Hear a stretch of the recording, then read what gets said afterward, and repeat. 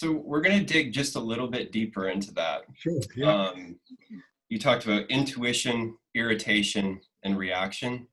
So we're as part of this, they're probably all imminent to what you do. They not necessarily in sequence, but you have written that any act of creation, including education, is at best a dialogue between one's intentions and the material one works with, and thus a process in which both have a voice and both have a role to play.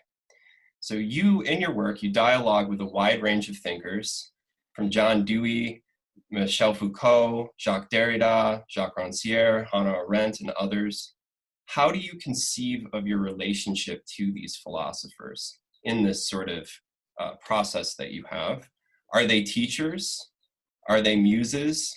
Are they distant friends, neighbors, or colleagues? Also, how do you navigate the conceptual tensions across these thinkers in your work? Mm.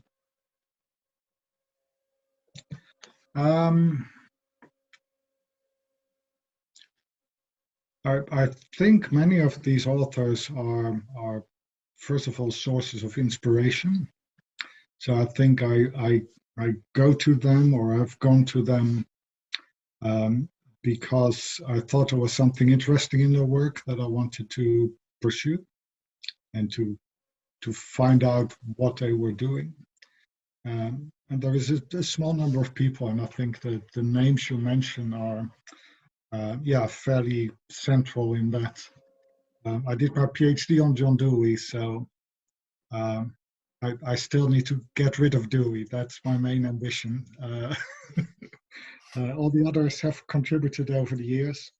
And I think what they do, they provide ideas, they provide language. But I think the most significant thing I take from that interaction are ways of thinking. That's what has stayed with me from pragmatism. Not so much all the theories or the positions, but that you always go back to what is the question. That for me is really what pragmatism offers, that it starts with a question and never with taking a position. I think that the same with Derrida. There was also, I find Derrida very systematic and very logical.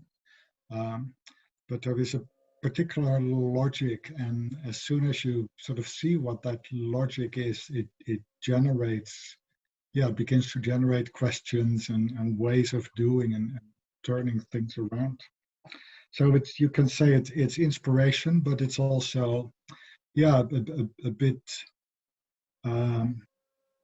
what is it, borrowing or using or getting inspired by the ways in which they raise questions or make things visible. That's probably the best way to describe it. And at points in time, some thinkers are more prominent than others, so that also depends a bit on what I'm doing, but there are some that keep coming back. And there are also phrases and formulations that suddenly strike me, and then I think, oh, there is something there. And out of that, you can, develop your own thinking. So again, not very systematic, although looking back, I think I've read a fair bit and tried to really work to understand what these thinkers were after. Conceptual tensions, I'm not too bothered about that, actually. Maybe because I'm a bit lazy as well. But also because for me, the work is about, developing arguments and thoughts and language in the here and now. So that for me, you can say is theoretical work. You have to push yourself forward. And you can use all kind of resources.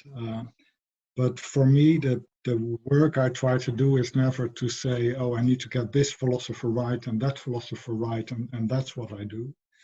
Um, I try modestly to sort of say, no, I try to theorize myself, but you always do that in interaction with what other people have done.